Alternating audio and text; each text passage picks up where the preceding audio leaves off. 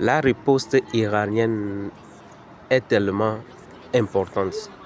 On dirait 150 missiles balistiques et quelques centaines de drones.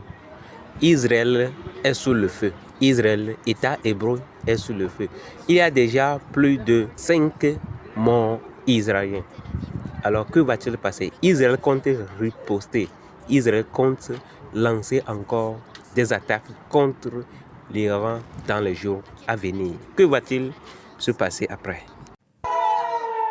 Le hurlement des sirènes lorsque les missiles iraniens déchirent le ciel israélien. À Jérusalem, à Tel Aviv, au milieu de la nuit, la salve semble ininterrompue au-dessus des habitants. Ils sont tellement près de nous. Ça me fait peur. À Tel Aviv, le dôme de fer ne parvient pas à tout arrêter. Explosion dans le centre de la ville. À quelques mètres du ministère de la Défense, un immeuble d'habitation vient d'être touché.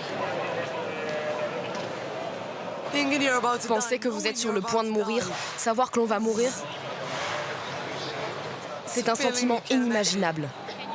La détresse. Alors qu'à 1500 km de là, le lancement des missiles est diffusé à la télévision iranienne.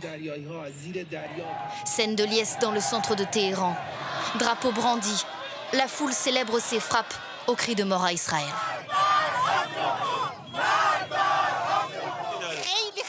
Je suis très heureuse et je souhaite la réussite pour l'Iran.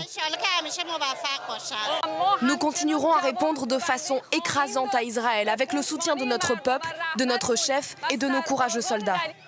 Ces Iraniens attendaient une riposte à l'attaque sans précédent d'Israël sur Téhéran. Une opération massive qui vise depuis hier plus de 200 sites militaires et nucléaires et a déjà tué les plus hauts gradés du pays, mais aussi des dizaines de civils. Les Israéliens ne doivent pas s'imaginer qu'ils ont frappé et que c'est fini. Non, ils ont commencé, ils ont lancé une guerre. Les Nations Unies appellent à la désescalade, mais l'armée israélienne diffuse ce matin des images de frappes sur l'Iran. Le Premier ministre israélien a déjà averti qu'il y aurait d'autres attaques ces prochains jours.